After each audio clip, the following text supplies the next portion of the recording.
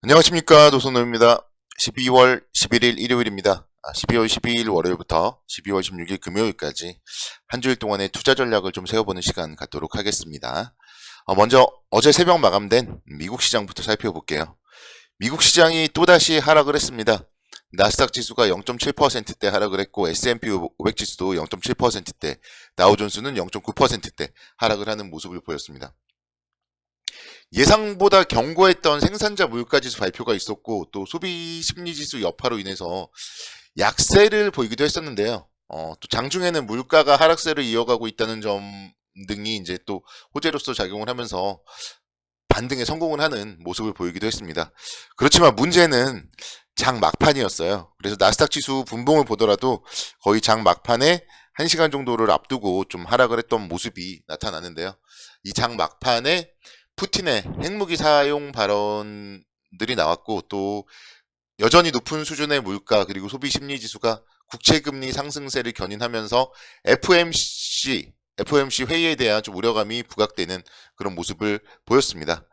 전반적으로 본다면은 장 막판까지는 그래도 좀 잘 버텨줬다 이런 점들을 생각한다면은 그래도 좀 시장에 뚜렷한 악재는 없었다 이렇게 생각이 들 수가 있겠고 또 국내적으로 보더라도 어쨌든 중요한 건 다음 주에 FOMC 회의를 앞두고 있기 때문에 결국은 좀 관망 심리가 더 높게 작용을 할 것이다 이렇게 본다면은 너무 좀 걱정할 필요는 없지 않을까 좀 그런 생각이 드는데요.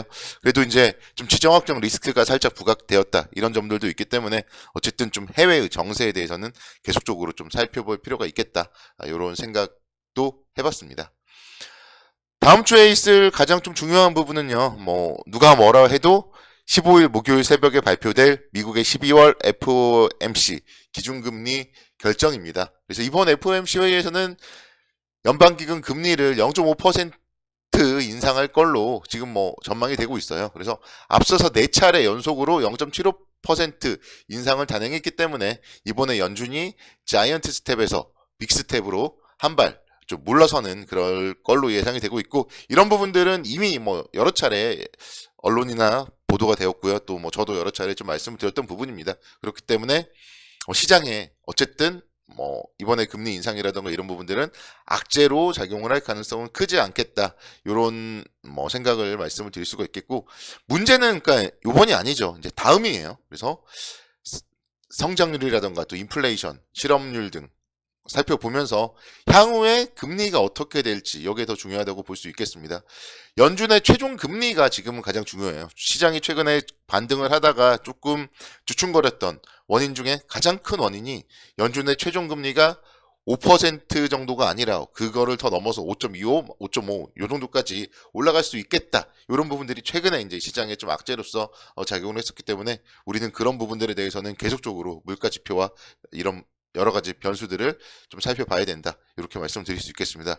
그리고 그에 대해서는 그래서 가장 큰 힌트는 FOMC 회의와 함께 파월 연준 의장의 기자 간담회가 좀 가장 그래서 중요하다. 이렇게 말씀드릴 수가 있겠고 그런 기자 간담회가 좀 지나고 나면은 최소한에 대한 좀 기대감 쪽으로 먼저 말씀드린다면은 불확실성이 해소되면서 좀 이제 본격적인 산타 랠리가 좀 시작되지 않을까 좀 그런 기대감을 가져보도록 하겠습니다. 그래서 우리는 또 일요일인데 좀 희망을 가져야 되지 않겠나 그런 생각을 해요. 그래서 FOMC 회의 이후에는 좀 산타 랠리가 오지 않을까 그런 기대감을 여러분들께 말씀을 드리고 싶고 이 부분에 대해서는 좀 기술적으로도 좀 생각을 해본다면은 주가가 올해 정말 많이 힘들었어요. 올해 1월 달에 첫 거래일 시장이 너무 힘들었죠. 1월 3일 날이 2998포인트 출발을 했다가 3010포인트까지 오르기도 했었는데 그 이후에 정말 거의 1년 내내 하락을 했습니다. 9월 30일까지는 계속적으로 하락을 했다고 볼 수 있겠고 그 이후에 이제 좀 반등을 했었는데 반등을 하다가 지금 이제 12월 들어서는 또 상당히 좀 1일날 시초가를 고점으로 해서 음봉을 만들었습니다. 그래서 여기서 좀 연말에 그래도 12월 달에는 미국도 마찬가지고 우리도 그렇고 기관들이 좀 윈도우 드레싱을 할 필요성이 있지 않나 그런 생각을 해봐요. 기관 투자자들 실적들 평가 이런 걸 해야 되는데 올 한 해 정말 3000포인트부터의 2389포인트까지 약 20% 정도가 하락했어요. 여기서 실적을 마무리 지을 것이냐, 아니면 연말에 어떻게든지 인위적으로라도 좀 주가를 부양해서 그래도 실적을 어느 정도는 좀 회복을 할 것인가. 여기에 대해서 좀 포인트를 맞춰본다면 여러분들이 뭐 직장생활 하시는 분들은 다들 아실 거예요. 그래서 여기서 정말 기관 투자자들이라면은 어떻게든지 간에 좀 주가를 끌어올릴 가능성이 높다. 12월 달에는. 12월에 시작 자체가 또 워낙 높았기 때문에, 그러니까 제가 봤을 때는 12월에 지금의 주가에서는 좀 걱정을 할 필요가 없어요. 최소한 12월에 시초가가 2,500포인트였다면은 뭐 여기서 뭐 아무리 뭐 안 좋은 부분들이 나타나더라도 12월 말에 주가는 그래도 좀 평균 회귀, 그러면서 2,500포인트 정도는 맞춰줄 가능성이 높지 않겠냐, 그런 생각을 해봅니다. 뭐 2,500포인트를 넘어서 양봉이 될지 아니면 살짝 못 미치는 음봉이 될지는 모르겠지만 그 근처까지는 최소한 저는 12월 달에는 올라갈 가능성이 높다고 생각을 해요. 그래서 너무 그 부분에 대해서는 좀 걱정을 할 필요가 없다고 생각을 하고, 결국은 또 지금부터 중요한 거는 올해보다 좀 내년을 대비해야 된다.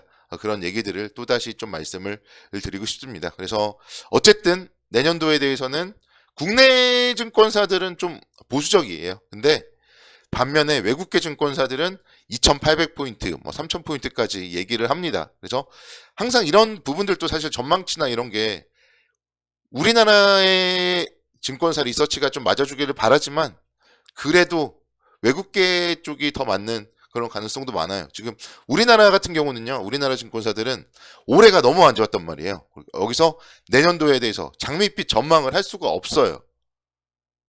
말로만 장밋빛을 했다가 또 틀리면 안 되니까.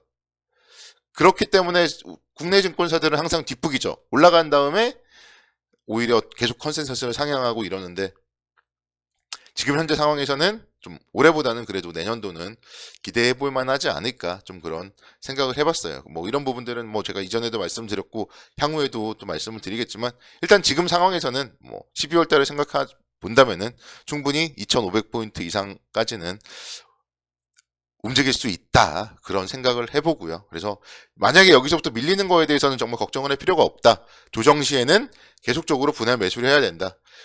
이 부분은 다시 한번 강조를 드리겠습니다. 그리고 업종별, 종목별로 보면요, 저는 좀 철강 업종에 대해서 다시 좀 주목을 해보자, 이런 말씀을 드리고 싶습니다.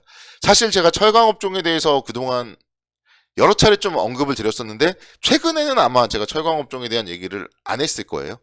그 이유는 철강 업종은 언급해야 될 시기가 따로 있기 때문이에요. 그래서 그동안 정말 상반기 때 얘기를 많이 했다면 하반기 때는 거의 철강 업종 뭐 관심 종목으로 많이 뭐 언급을 안 했을 텐데, 그런 관점에서 다시 한번 오늘부터 좀 철강 업종에 대해서 제가 말씀을 드린다. 이 부분을 여러분들이 좀 생각을 하시면 좋을 것 같습니다.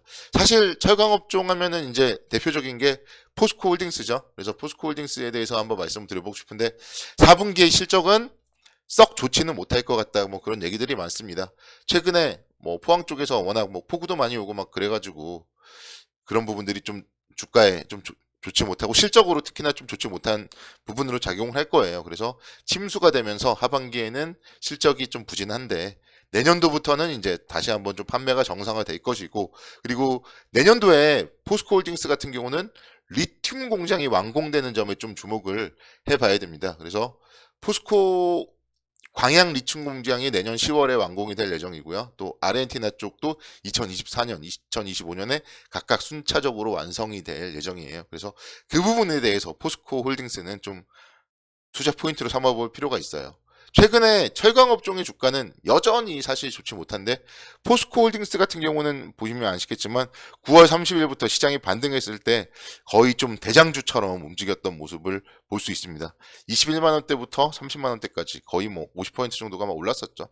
이런 부분들, 이런 강한 힘이 또 내년도 상반기에 보여줄 가능성이 높다는 생각을 해요. 그래서 이 부분 월봉을 좀 말씀드리자면은 1월 달부터 5월 달까지는 좀 상당히 안정적인 움직임을 보였던 게 포스코 홀딩스예요. 그래서 상반기를 대비하고 또 배당 투자 이런 걸 대비한다면은 포스코 홀딩스가 만약에 지금부터 밀린다면은 충분히 좀 메리트가 있지 않나. 그렇기 때문에 지난 금요일 날 같은 경우에 이렇게 좀 긴 아랫꼬리를 달았고, 수급적으로 외국인들의 순매수가 최근에 좀 들어오고 있다, 이런 부분들을 포착을 할 수가 있어요.